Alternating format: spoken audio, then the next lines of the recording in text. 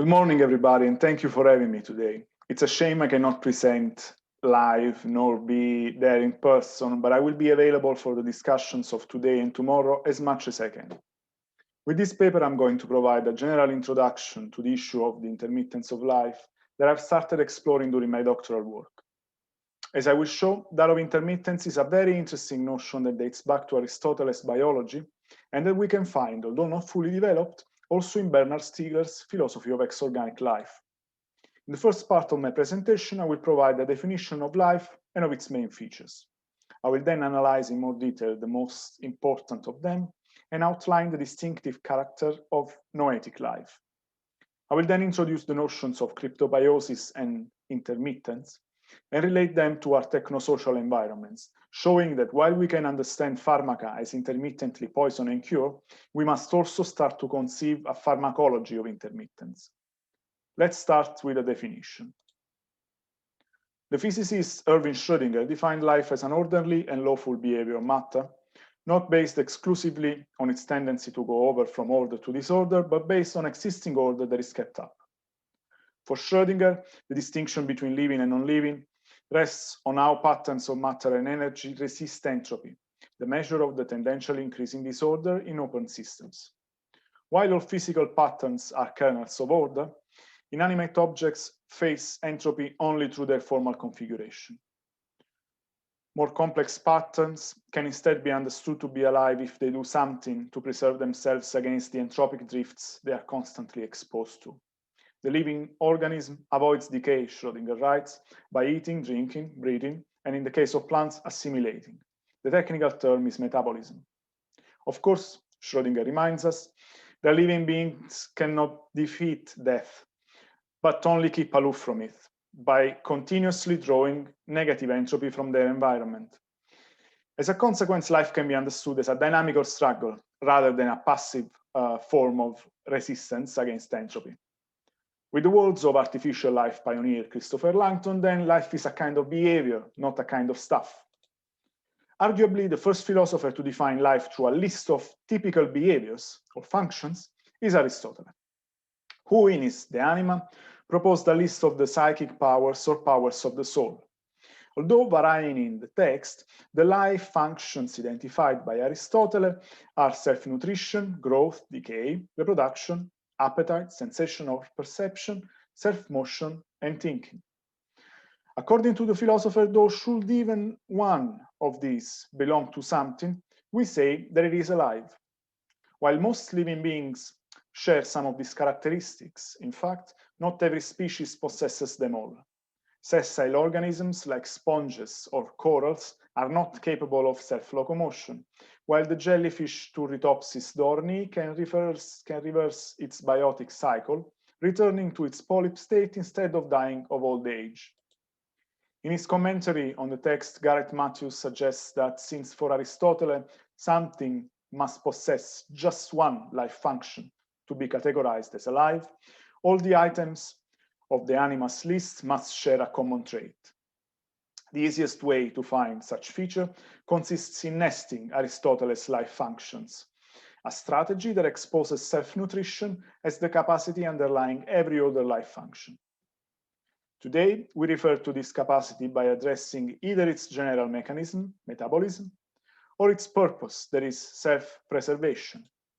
This term, employed by NASA since 1994 to inform its search for extraterrestrial life, is important because while self-nutrition must be present in some form to allow for reproduction, both these life functions are essential, respectively, for the active preservation of individual organisms and species. A quick consideration of the typically episodic exercise of the reproductive function, however, reminds us of Aristotle's definition of life functions as powers or capacities. As such, the distinctive behaviors of life are characterized as not being exerted with continuity. In other terms, Aristotle highlights that living beings do not reproduce or nourish themselves continuously, but rather intermittently. The way in which Aristotle describes life functions leads then to a series of interesting questions. Is it possible to say that something is alive if it doesn't exchange energy with its environment through some sort of metabolic process? For instance, are seeds alive? And in what does self-sustainment ultimately consist of? The perfect point to start answering these questions is to consider the phenomenon of cryptobiosis.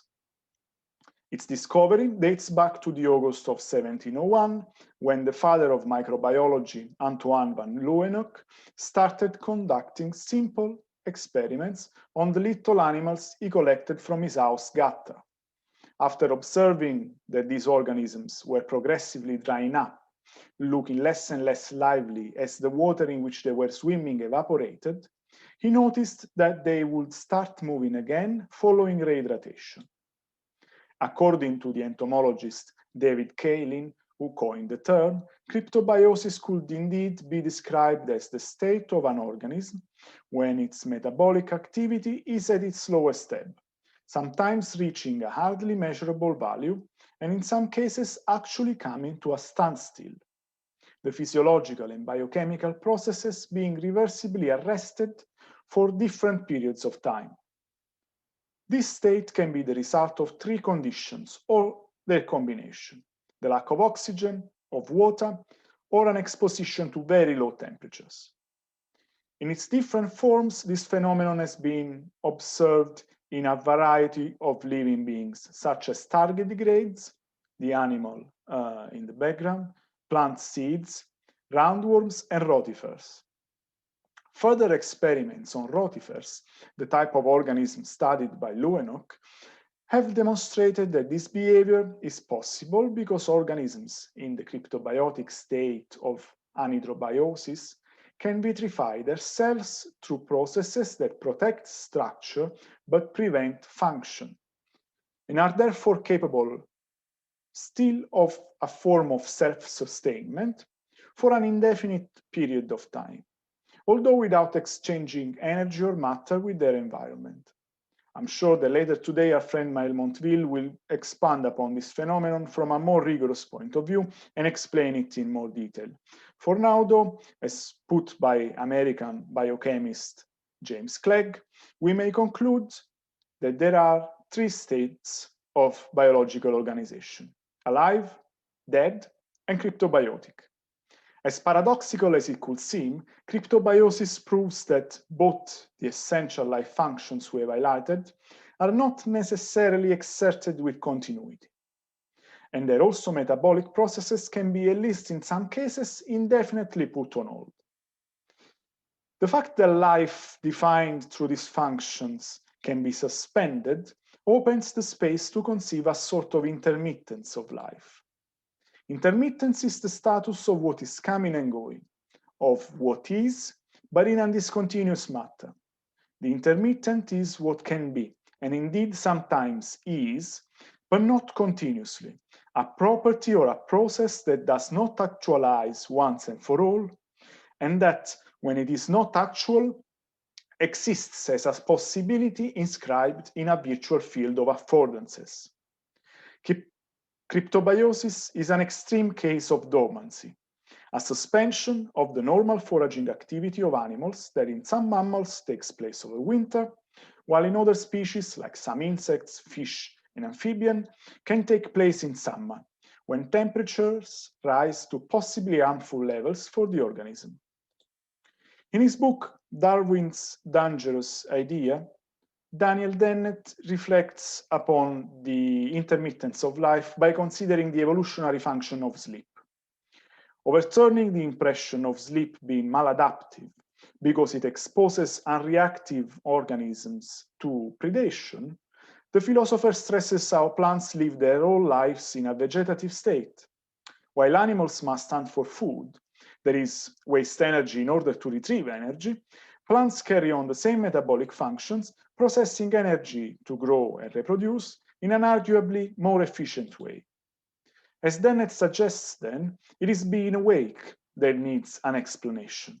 Animals, unlike plants, need to be awake at least part of the time in order to search for food and procreate. Being awake is relatively costly compared with lying dormant.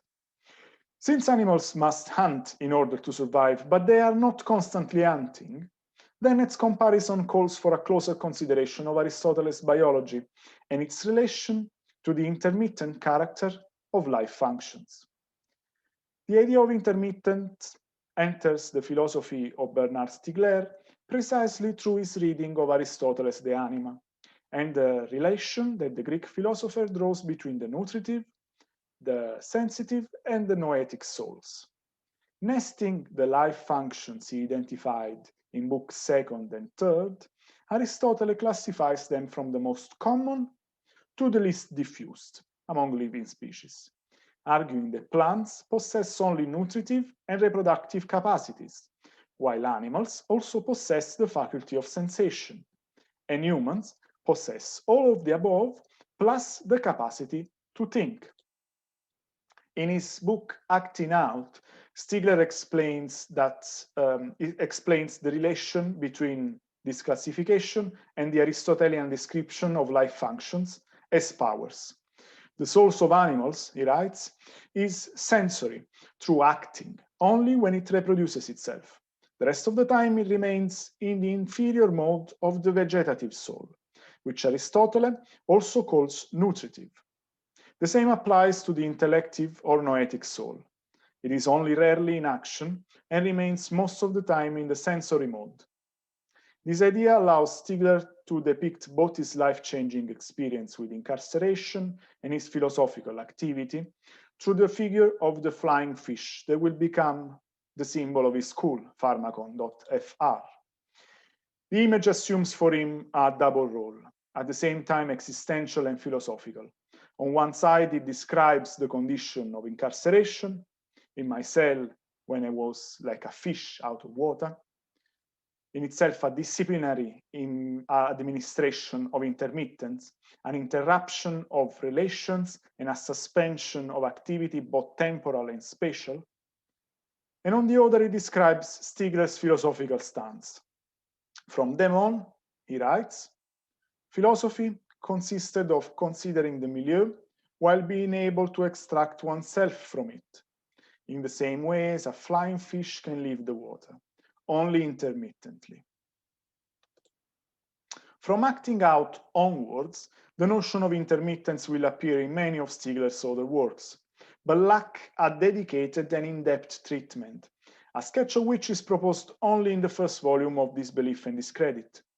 Here, the philosopher touches upon Aristotle's De Anima and considers the faculty of reason, nous, in its relation to sensibility.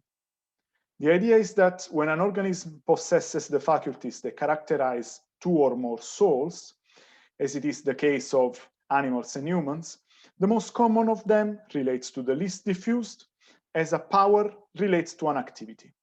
In animals, for example, the vegetative faculty underlines the sensitive one as the baseline activity necessary for its exercise. The latter, however, is exercised only episodically, the rest of the time leaving animals in a state close to the vegetative one. The same applies for the power of noesis. As stressed by Stiegler, in fact, the noetic soul is not always in action.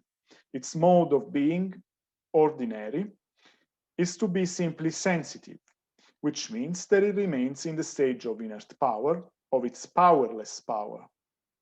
It is only intermittently that it passes to the sensational stage of the noetic, which is also its extraordinary stage. While plants exercise exclusively their vegetative faculty then, this is also present in animals that exercise intermittently their sensory capacities. Humans, in turn, exercise intermittently their noetic faculty, the rest of the time living their lives in a sensitive modality analogous to that typical of animals. This is the sense in which Stiegler adopts the Deleuzian definition of bêtise to indicate the specifically human form of bestiality that differs from animality because the animal is protected by specific forms which prevent it from being stupid, but nevertheless indicates a form of regression, that beastly or stupid tendency that was already taught in Aristotle as the regression of the intellective sensational soul to the sensitive stage. That is what contemporary industrial entropy exploits. This exploitation of regression is possible because, as sensibility in act, the noetic faculty finds its expression in logos. All sensibility in act becomes, for a noetic soul, the support of an expression, Stigler writes. This expression is a logos, word or gesture, narration, poem, music, engraving, representation in all its forms, but also savoir-faire and savoir-vivre in general.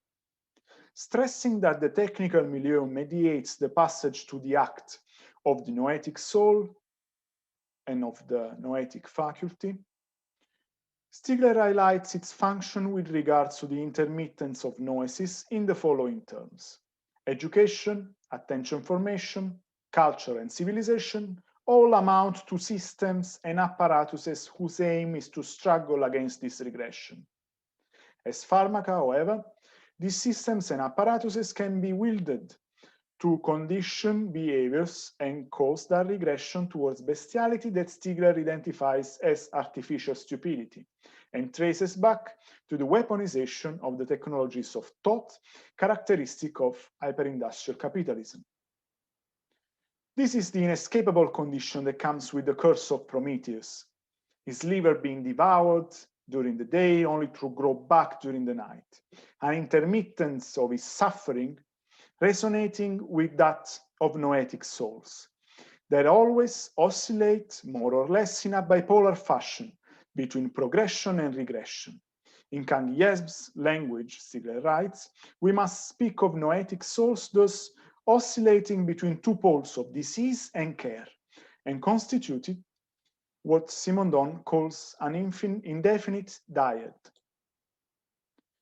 It is in the first volume of Caperton à Pensée that Stigler describes the pharmacon as itself intermittently poison and cure, and also speaks of intermittences in a pharmacological sense, that is, of positive and negative intermittences, with reference on one side to the technically induced regression and the electropharmaceutical abolition of intermittence described by Jonathan Crary, and on the other, the necessity to counteract such drifts in the therapeutic attempt to recast horizons of projections that prepare for bifurcations, that is to say, possibilities and impossibilities of the future. In other words, promises. It is within these coordinates that we can define a pharmacology of intermittence and assess the intermittent role of pharmaca within the spheres of noetic and social life. At present, in fact, the economic machinery extracting value from life by encouraging its regressive tendencies exploits the administration of intermittence by developing entire systems of pharmaca as pivots between burnout and bêtise. While the promotion of a culture of exhaustion inhibits autonomous administrations of intermittence, foreclosing any authentically therapeutic retreat away from the unhealthy environments of industrial capitalism, the post-social capture of free time, operated through the electric stimulation and consolidation of pathological neurological pathways, continues the extraction of value by maximizing screen time, ultimately exploiting that regression in which the exhausted mind cannot but precipitate. Rather than as engineered pivots governing the oscillation between actual dreadful alternatives, pharmaca can instead be rediscovered and designed as the singularities separating virtual possibilities from their intermittent actualization. And a therapeutic administration of intermittence can be reconceived as instrumental to the preservation of life in adverse environmental conditions, helping to expand the range of possibilities to construct or the chances to encounter healthier milieus. In his Automatic Society, in fact, Stigler ties intermittence not only to sleep, but to the oniric force that for him is the noetic force. The ability to dream for Stigler, lies at the origin of all thinking. And he writes that as such, dreams are the dreams of the conditions for their own realization.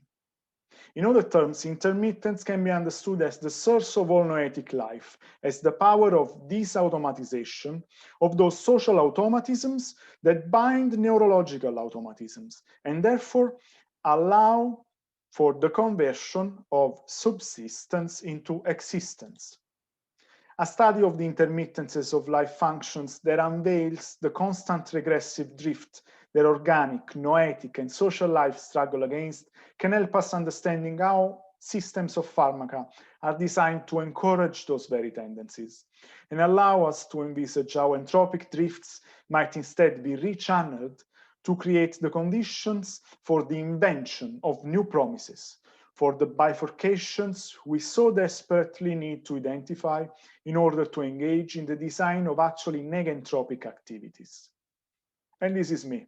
Thank you very much for your time.